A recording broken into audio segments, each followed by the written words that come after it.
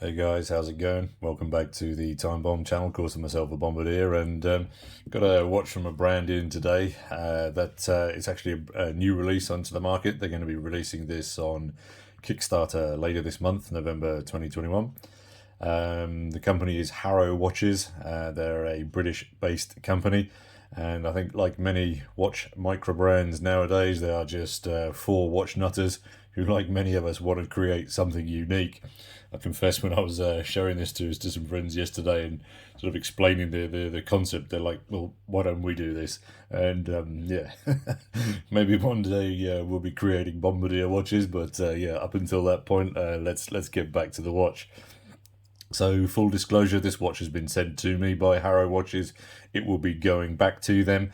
Obviously, I'm not getting paid for this review. It's just literally, it's just my perspective, and I've got no connection with them at all. In fact, it was another YouTuber who put me in touch with them. So many thanks to DK over at the Watchtower Watch Reviews. I'll pop a link down to his channel below. So yeah, that's how I came across the brand. So yeah, without further ado, let's open the lid and have a look at our watch for today. So this is the Nauticus, but it is version 2 of that. The first version, which came out in 2020, this one has had those significant changes made to it. Before we get into those changes, let me just focus the camera and so we can get a little closer.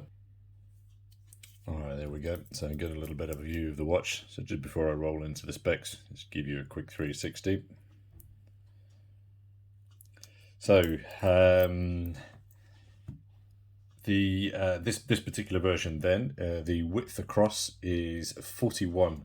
So I'm just conscious of the fact of picking up a lot of light reflection there. So it's 41 mils across. That's including the crown. Then it's very manageable, 12.8 millimeters in depth.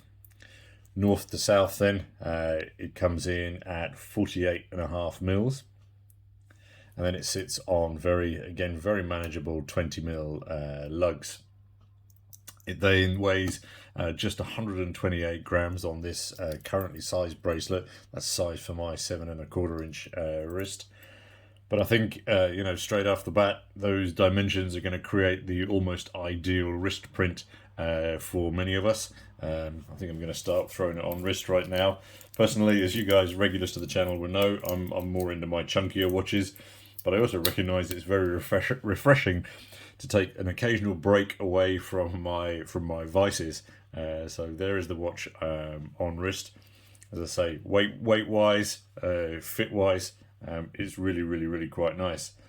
As I say, I'll come into this at the moment, but the lugs really do spread and drop down quite nicely, meaning that it fits very closely to the wrist, which again is something that I like very much, because I do find that a lot of watch manufacturers with their lugs dropping down off the side, they neglect the space underneath through their exhibition case backs, etc., which essentially makes those lugs a little redundant.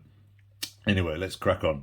So the case body and the bracelet, as you would expect, are 316 stainless steel. We've then got sapphire crystal up top with some blue AR coating. You can just about pick it up. It's not that heavy actually, so it's not too dominant on the blue, which again I like very much.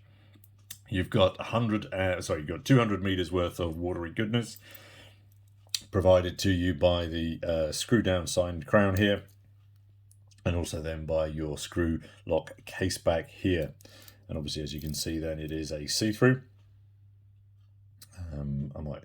Always frustrating with this camera. It sort of wants to pick up on the bracelet.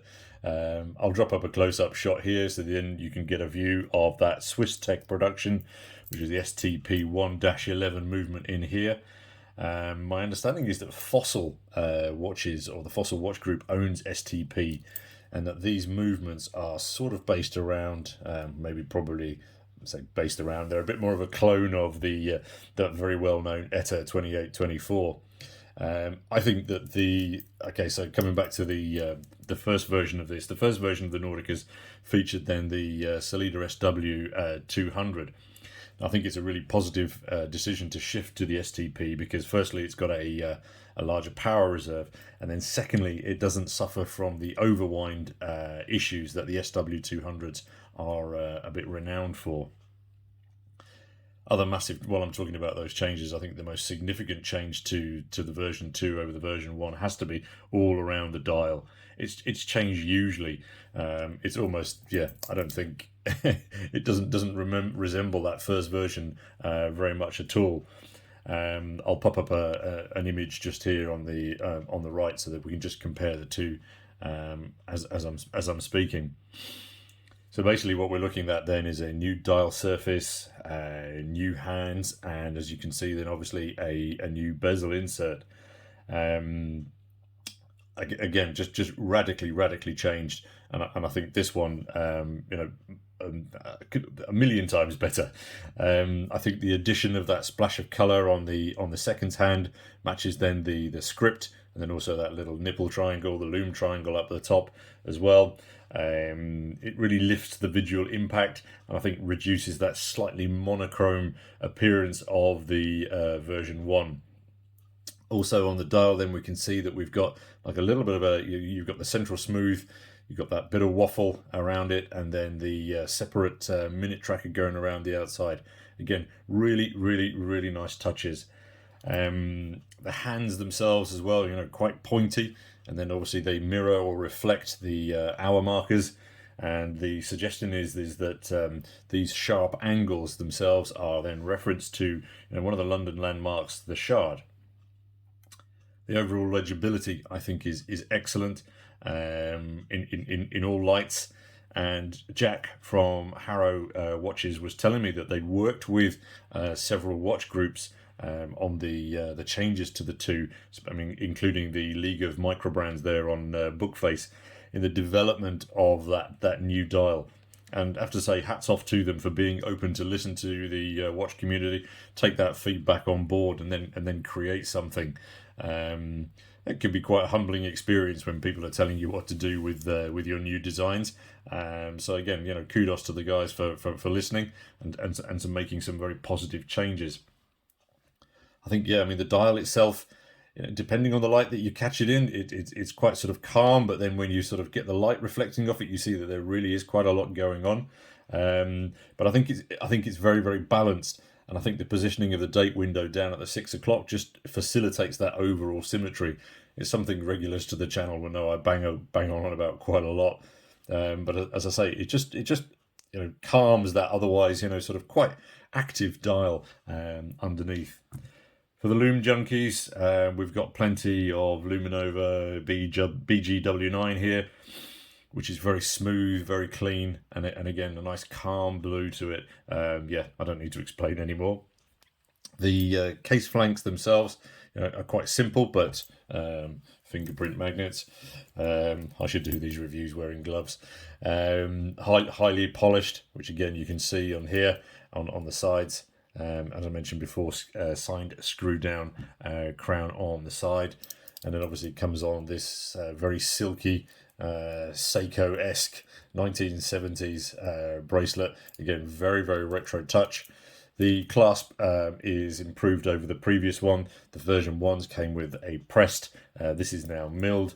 You've also then just got, unfortunately this has been to a few reviewers, so it's just picked up a couple of little scratches. You see then you've got like a polished section just over the top here with the H for the Harrow. I think as well this could be a bit of a strap monster, very easily looking good on an oyster bracelet, or even on a dive rubber. I think it would look that would match nicely.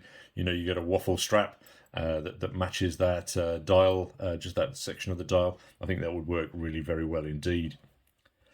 I have to say, I think that the release price of £299 is quite high for this, and the reason I'm saying that is I think that we tend to see other micro brands offering a slightly reduced price on their launches, but I'm thinking that price tag is probably due to Harrow's penchant for the Swiss input.